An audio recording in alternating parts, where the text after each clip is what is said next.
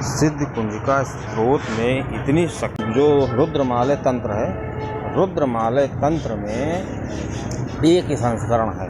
इसी तरह के इसके लगभग 155 संस्करण उपलब्ध हैं। क्योंकि यही संस्करण उपलब्ध है तो इसमें श्री कुंजिका स्रोत को क्यों रखा गया है कि सप्तशती में इसको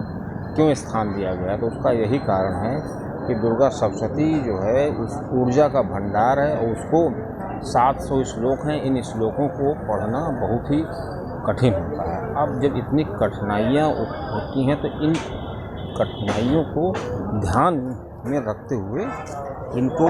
बहुत ही संक्षिप्त में करने के लिए जो पाठ किया जाता है वो श्री कुंजिका स्रोत का पाठ होता है। और कुंजिका स्रोत के पाठ करने में 4 से 5 मिनट का समय लगता है और कहा जाता है इससे वही फल प्राप्त होता है जो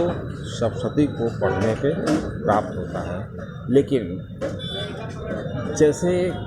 कि कुछ जो भक्त होते हैं वो इसका पाठ करते हैं, लेकिन वो दावा भी करते हैं कि हमको वो रिजल्ट नहीं मिला, हमको वो उपलब्धियां नहीं मिल पा रही हैं जिस हिसाब से हम पाठ करते हैं। कुछ लोग तो इसके लाखों पाठ करने का दावा करते हैं, कुछ लोग तो हज़ारों पाठ करने का दावा करते हैं, लेकिन फिर भी उनको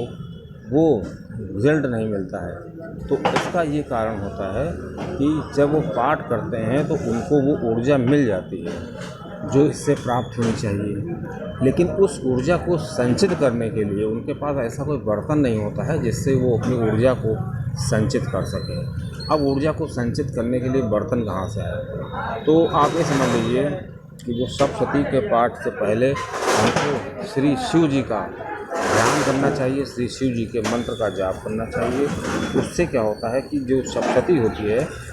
इसके पाठ से हमको अग्नि तत्व शरीर में बढ़ जाता है, मनुष्य को गुस्सा बहुत आने लगता है। और जो साधारण मंत्र हैं जैसे ओम नमो भगवते वासुदेवाय या ओम श्री शिव जी के जो मंत्र हैं ये जिसमें जल तत्व की अधिकता होती है, तो जल तत्व और अग्नि तत्व को बैलेंस बनाते हुए इसका पाठ करना चाहिए। अब मान लीजिए कोई भक्त ऐसा है जिसके गुरु ने उसको श्री सप्तशती के बजाय उसको जो जाप दिया है करने के लिए वो श्री शिव जी का है और वो शिव जी के जाप करता है, तो श्री शिव जी का जाप करने से क्या होता है उस व्यक्ति का ऑरा इतना मजबूत हो जाता है, उसका जल तत्व इतना मजबूत हो जाता है कि उस जल तत्व पे अगर वो अग्नि तत्व रखता भी है तो उस पर पता नहीं चलता है। क्योंकि अगर जल और अग्नि एक साथ रखी होगी तो अग्नि अगर जरा सी भी होगी तो तुरंत जल को मात दे देती है और पता चलने लगता है कि ये जल तत्व बहुत ही, अग्नि तत्व बहुत ही सक्रिय है। इसी प्रकार अगर शिव के जाप करते समय हम 21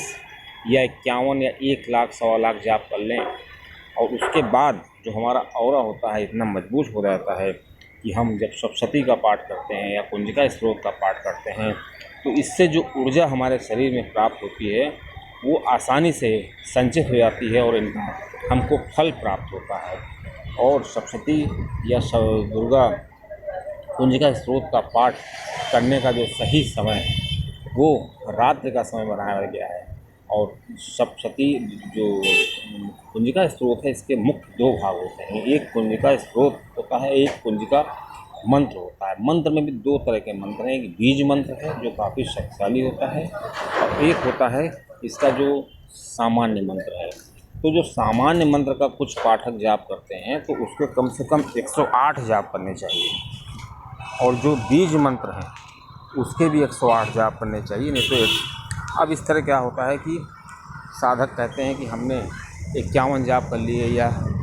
61 जाप कर लिए या 108 जाप कर लिए और हमको वो परिणाम नहीं प्राप्त हुआ। तो उसका क्या कारण है कि हमको वो परिणाम नहीं प्राप्त होता। तो उसका परिणाम न प्राप्त होने का कारण ये होता है कि उनके अंदर उस ऊर्जा को संचित करने की क्षमता नहीं होती है और वो नहीं जानते हैं कि हम इस ऊर्जा को